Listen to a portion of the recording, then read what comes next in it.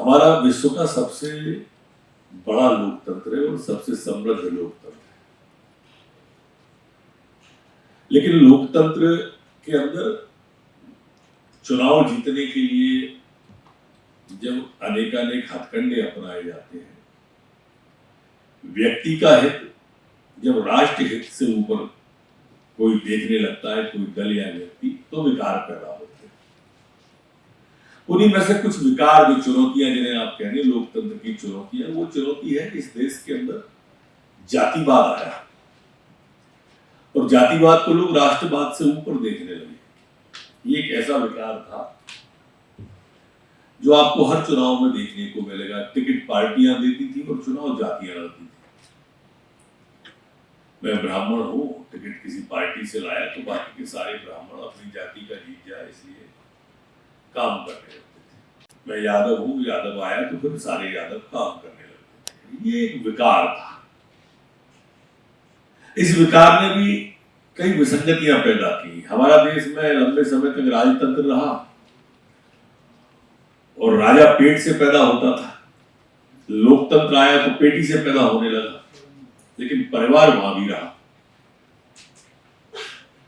और इस परिवारवाद ने भी बहुत से विकार पैदा किए। ये बड़ी चुनौती लोकतंत्र के लिए परिवार बन गया। अब राजनीतिक दलों की तरफ आप ऐसा दृष्टिपात करेंगे तो भारतीय जनता पार्टी को छोड़ दोगे तो अकेली ये पार्टी है, बाकी सब परिवार। कांग्रेस पार्टी आती है राष्ट्रीय दलों में तो नेहरू जी के बाद इंदिरा जी के बाद में राजीव जी के बाद में सोनिया जी के बाद में राहुल जी के बाद में प्रियंका के बाद में उनकी लंका तैयार हो रही है। तो वो आ गए।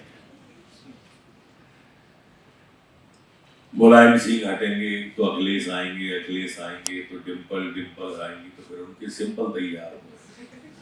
लालू हटेंगे तो रावड़ी हटेंगी तो तेजस्वी, या महाराष्ट्र में चले जाए शिवसेना में या शरद पवार में, आप देखेंगे अधिकांश परिवार चल रहे हैं, पार्टियां नहीं। और जब परिवार का हित सर्वोपरि होगा तो स्वाभाविक रूप से लोकतंत्र स्वस्थ और मजबूत नहीं होगा।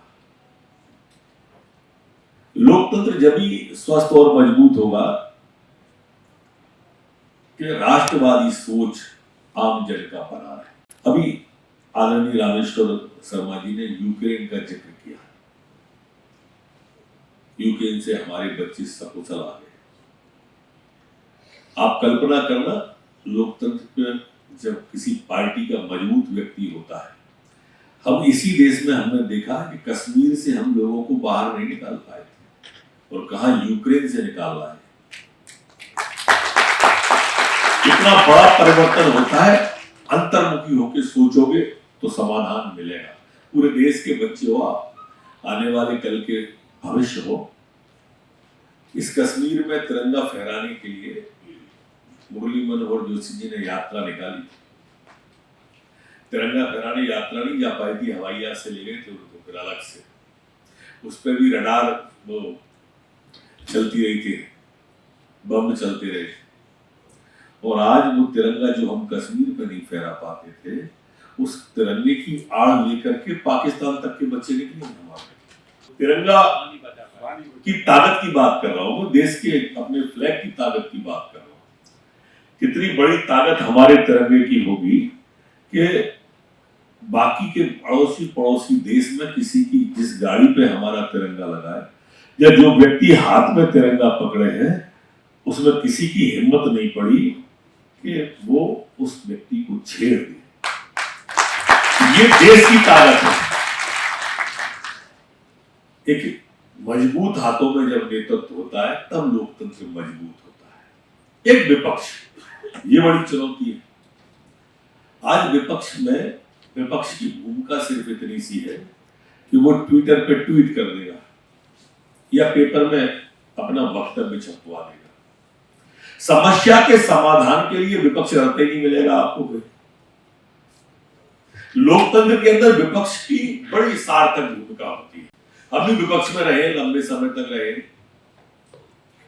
लेकिन आप विपक्ष की भूमिका के नाम पर देखो, हमारे यहाँ पर कुछ संवैधानिक संस्थाएं हैं जो सर्वोच्चता लिए हुए, उन संवैधानिक संस्थाओं की मर्यादा होती है।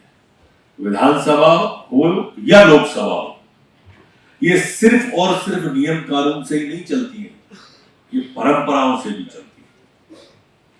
परंपरा क्या है? परंपरा यह है कि गवर्नर एड्रेस पर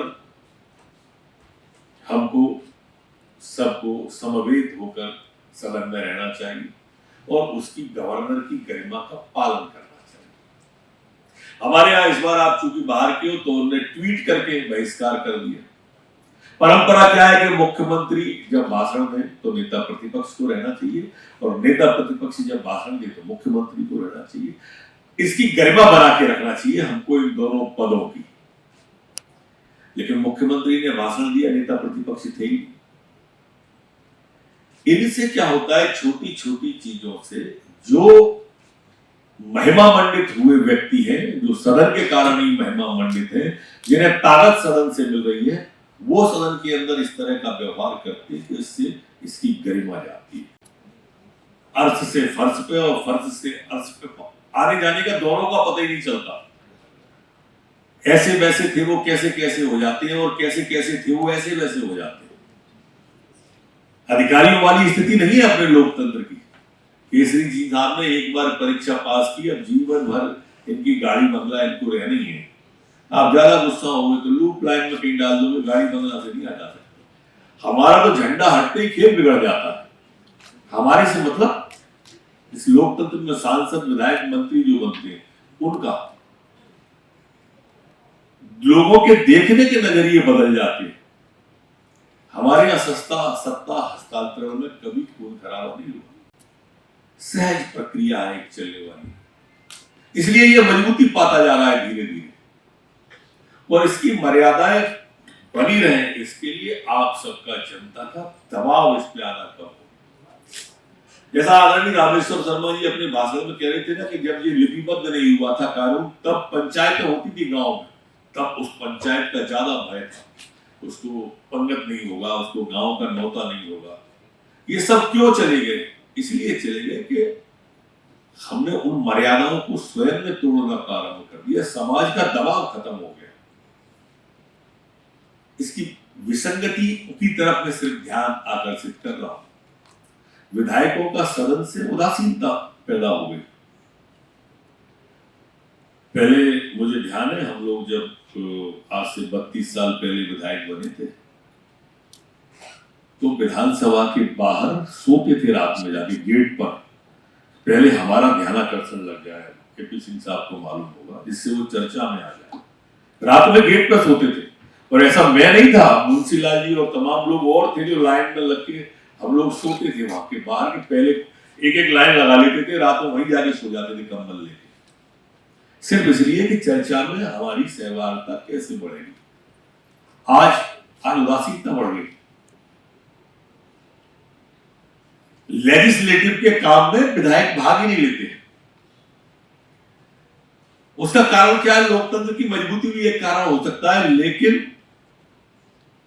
विधेयक बनाना, विधेयक पारित कराना, संकल्प लाना, संकल्प पारित कराना अभी नए सदस्य हमारे जानते ही नहीं होंगे। इसका काम है हाउस का। उसने काम ने क्या ले लिया? वो आएगा बल्लभ भवन की तरफ जाएगा, नाली का काम देखेगा, व्यक्तिगत काम देखेगा, खरंजे का काम देखेगा, क्योंकि वो चाहता है कि सीधा जनता से जुड़ाव इन विषयों से आता है। वो जरूरी है, लेकिन उदासीनता घातक है।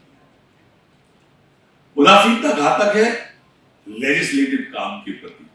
और मैं उसमें आलोचना नहीं करता मीडिया की, लेकिन उसमें एक भूमिका उनकी भी मांगता हूं।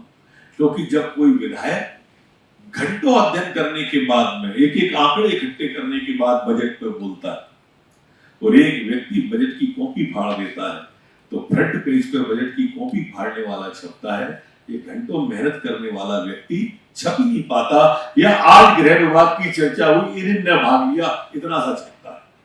और उसके कारण से विकार बढ़े, लोकतंत्र की हमारी की विसंगति बढ़ी, चुनौती बढ़ी।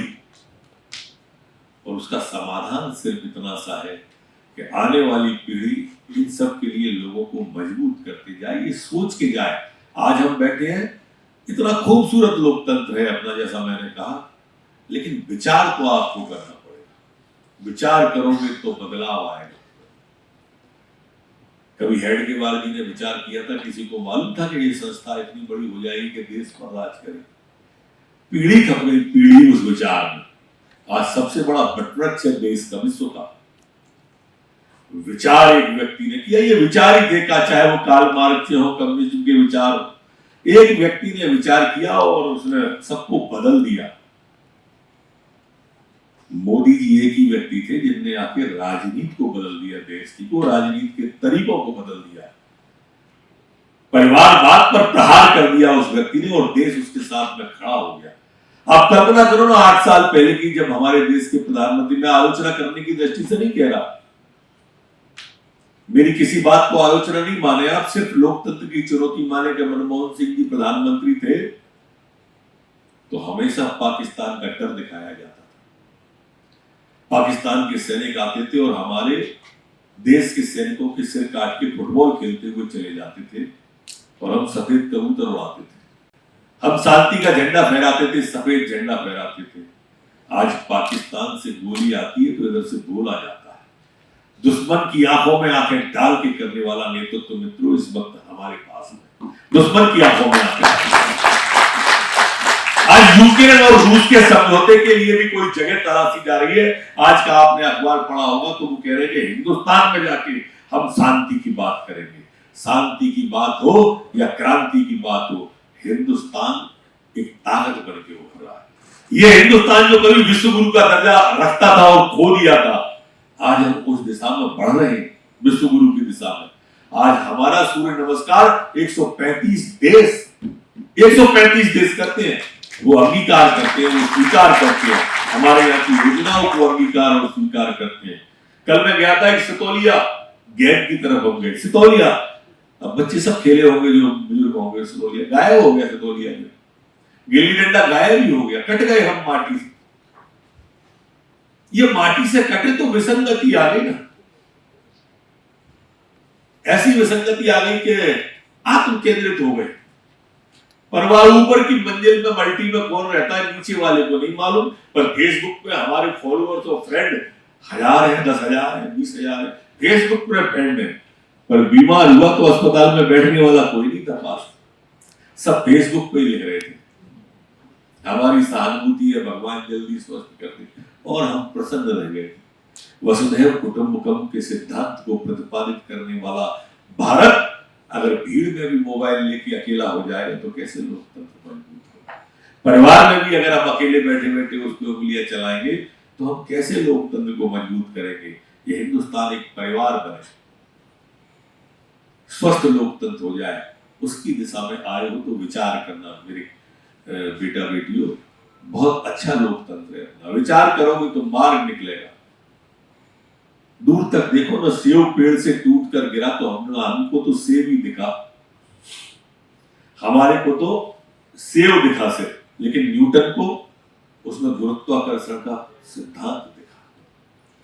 हम दूर तक नजर मारो, नई पीढ़ी के बच्चे, आकाश में चिड़िया उड़ रही थी, हम सबको चिड़िया उड़ती हुई दिखी। राइट ब्रदर्स को उसमें हवाई जहाज देखा कि नहीं देखा? वहां तक सोचो ना देखने को, दूर तक सोचो, तभी तुम्हारी उम्र है उड़ने की। ऊंचा हो सकते हो, दूर तक हो सकते हो। किसी शायर ने कहा है ना, जो देखना चाहते हो इनकी उड़ान को तो और ऊंचा कर दो तुम आसमान को। ऐसी स्थिति में और मैं ये कह के अपनी बात समाप्त करूंगा, यूं दूर बैठ कर के आसमान देखता है, पंखों को खोल जमाना सिर्फ उड़ान देखता है।